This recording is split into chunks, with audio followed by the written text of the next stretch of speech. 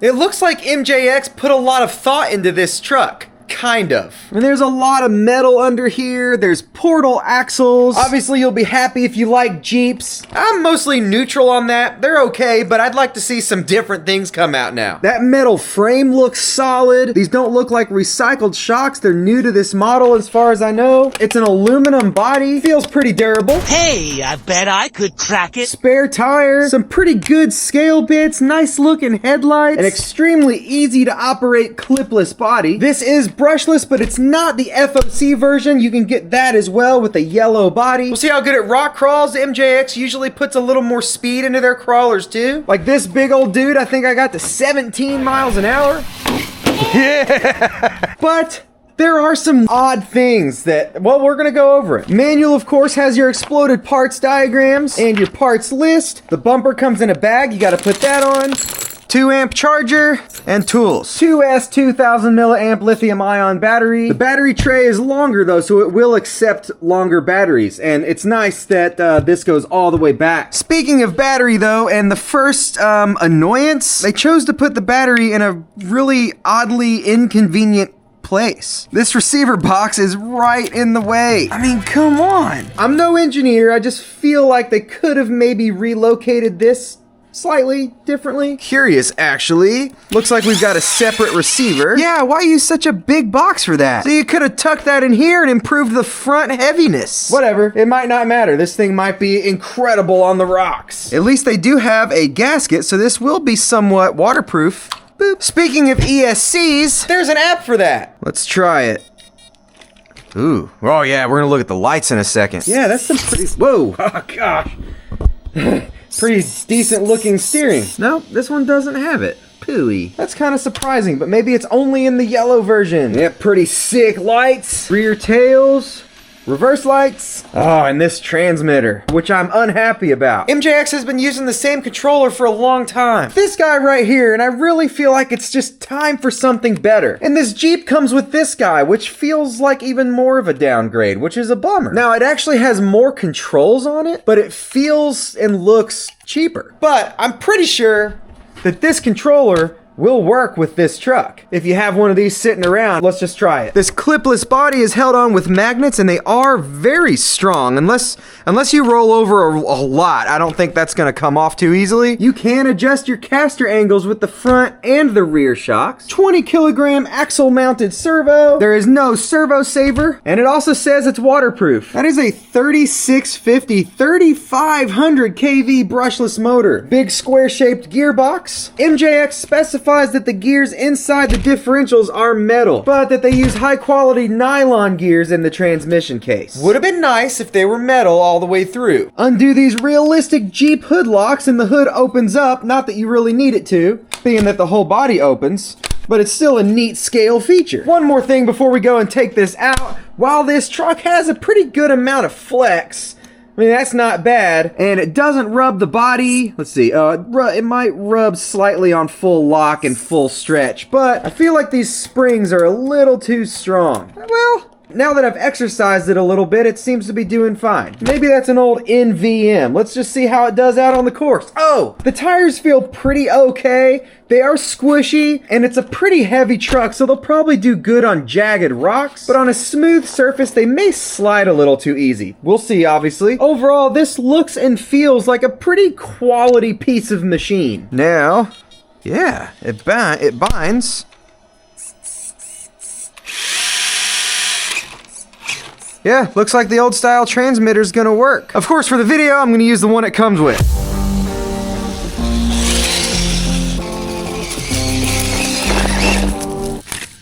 That was a bad start. Try that again.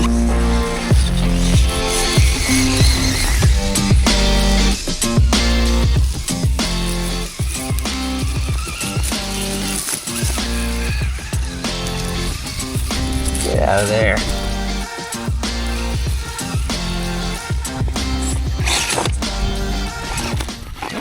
Trigger's really touchy.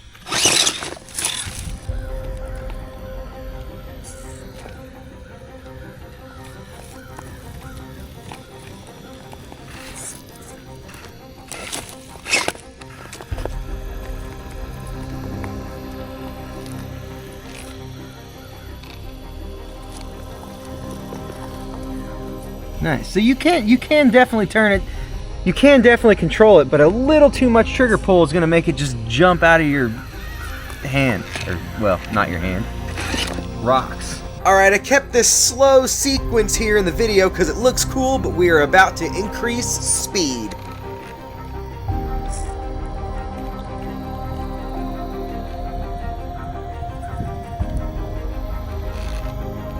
Oh, yep, see there's that sliding I was talking about.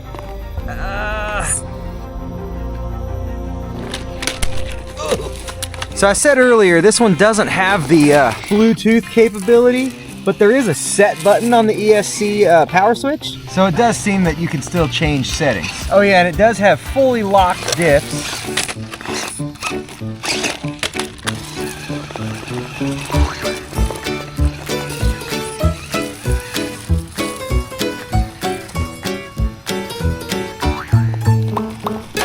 See, the tires squish.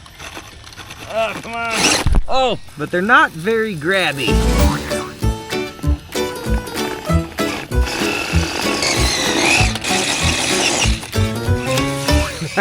Okay, let's bounce it. Oh, dude, that was awesome. I did not expect that at all. I'll do that again. That was slightly less elegant that time.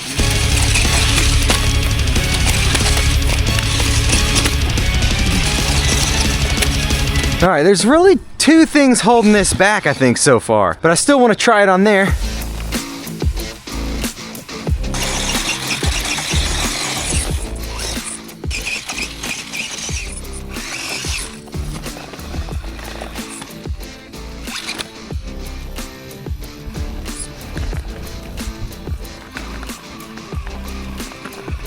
I was worried. I didn't know if it was going to be able to do this or not.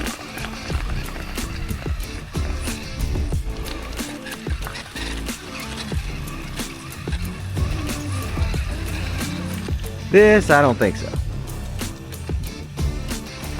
Oh.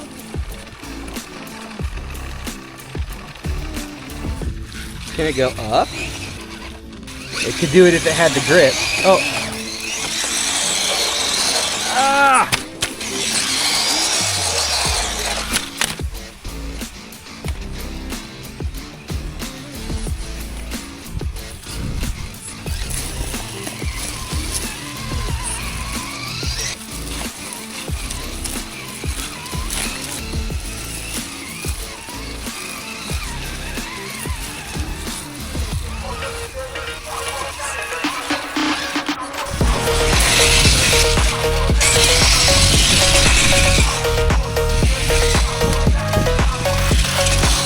Here's where I think this would be the most fun. Some small to medium sized rocks and just going fast.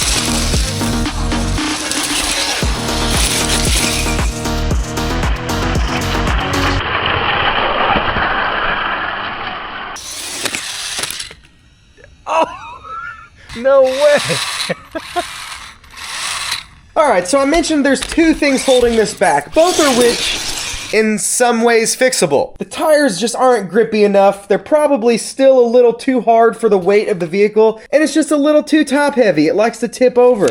Maybe they used too much metal. A lot of that is in the body, so if you decided you love this platform, you could put a different body on it. You know, somehow anyway. Obviously, you could swap the tires. It's just 12mm hexes. It's got really good approach and departure angles. It doesn't flip forward or backwards easily. It's just to the side. So this is almost good at crawling, because aesthetically on the rocks, it's quite an elegant little bundle of metal. It has really great suspension articulation, but it needs better tires, and of course, it's top heavy. It would be good on mild trails, but it's almost good at trail trucking. Again, the main setback there is probably going to be that it's top heavy. Out of the box, without doing any mods, I think the one place this is going to be the most fun, because it articulates nice, it's heavy, it has mass, is rock racing or bouncing on small rocks. Stuff that isn't going to bounce it sideways and make it tip over all the time. And as far as everything else goes, I think it has promise, but directly out of the box, it's just not that great at it. A few tweaks and upgrades would probably be pretty good, which is such a bummer because this was so good.